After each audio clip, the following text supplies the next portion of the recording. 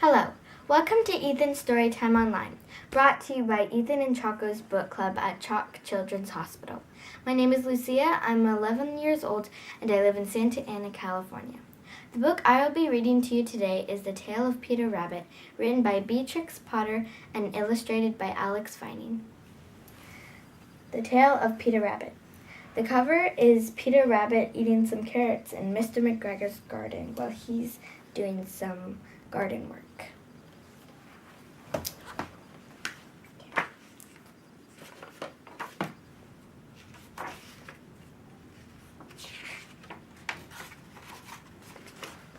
Once upon a time, there were 4 little rabbits, and their names were Flopsy, Mopsy, Cottontail, and Peter. They lived with their mother in a sandbank underneath the root of a very big fir tree. "Now, my dears," said old Mrs. Rabbit one morning, "you may go into the fields or down the lane, but don't go into Mr. McGregor's garden. Your father had an accident there. He was put in a pie by Mrs. McGregor. Now run along and don't get into mischief. I'm going out." Then old Mrs. Rabbit took a basket and her umbrella and went through the woods to the baker's. She bought a loaf of brown bread and 5 currant buns. Do you think Peter Rabbit is going to go into Mr. McGregor's garden? Flopsy, Mopsy, and Cottontail, who were good little bunnies, went down the lane to gather blackberries. But Peter, who was very naughty, ran straight away to Mr. McGregor's garden and squeezed under the gate. First he ate some lettuce and some French beans, and then he ate some radishes. And then, feeling rather sick, he went to look for some parsley. Do you think he's going to get caught? But around the end of a cucumber frame, whom should meet but Mr. McGregor? Mr. McGregor was on his hands and knees planting young cabbages, but he jumped up and ran after Peter, waving a rake and calling out, "Stop, thief!" Peter was dreadfully frightened. He rushed all over the garden, for he had forgotten the way back to the gate. He lost one of his shoes among the cabbages and the other shoe among the potatoes.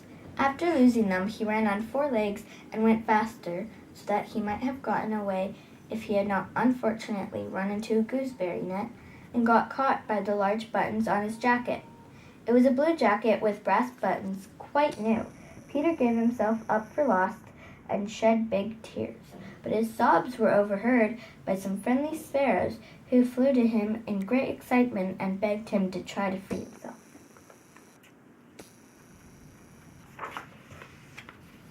Mr. McGregor found a sieve which he intended to put on top of Peter, but Peter wriggled out just in time, leaving his jacket behind him. Peter rushed into the tool shed and jumped into a watering can. It would have been a beautiful thing to hide in if it had not had so much water in it. Mr. McGregor was quite sure that Peter was somewhere in the tool shed, perhaps hidden underneath a flower pot. He began to turn them over carefully, looking under each. Suddenly, Peter sneezed. "Achoo!" Mr. McGregor was after him in no time. He tried to catch Peter, who jumped out a window, upsetting 3 plants. The window was too small for Mr. McGregor, and he was tired of running after Peter. He went back to his work. Peter sat down to rest. He was out of breath and trembling with fright, and he had no idea which way to go. Also, he was very damp from sitting in that can.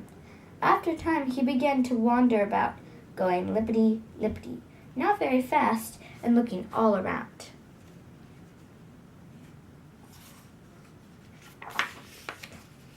He found a door in the wall, but it was locked, and there was no room for a fat little rabbit to squeeze underneath. An old mouse was running in and out over the stone doorstep, carrying peas and beans to her family in the woods.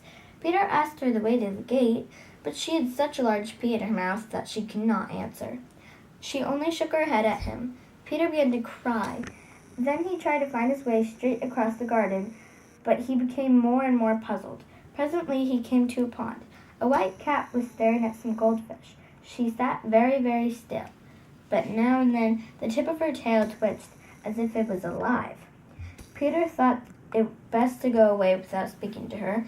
He had heard about cats from his cousin, little Benjamin Bunny.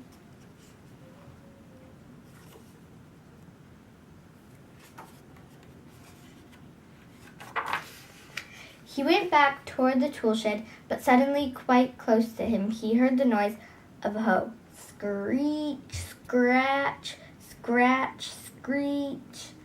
Peter scuttered underneath the bushes to hide. But soon, as nothing happened, he came out and climbed upon a wheelbarrow and peeped over. The first thing he saw was Mr. McGregor hoeing onions. His back was turned towards Peter, and beyond him was the gate. Peter got down very quietly off the wheelbarrow and started running as fast as he could go, along a straight walk behind some blackberry bushes. Mr. McGregor caught sight of him at the corner, but Peter did not care. He slipped underneath the gate and was safe at last in the woods outside the garden. Mr. McGregor hung up the little jacket and the shoes as a scarecrow to frighten the blackbirds. Peter never stopped running or looking behind him until he got home to the big fir tree. He was so tired that he flopped down upon the nice soft sand on the floor of the rabbit hole and shut his eyes. His mother was busy cooking. She wondered what he had done with his clothes. It was the second little jacket and pair of shoes that Peter had lost in 2 weeks. That evening, Peter was not very well. His mother put him to bed and made some chamomile tea. She gave a dose of it to Peter. 1 tablespoon to be taken at bedtime, she said. But Flopsy, Mopsy, and Cottontail had bread and milk and blackberries for supper. The end. Thank you for joining me on Ethan's Story Online. Have a great day and keep reading.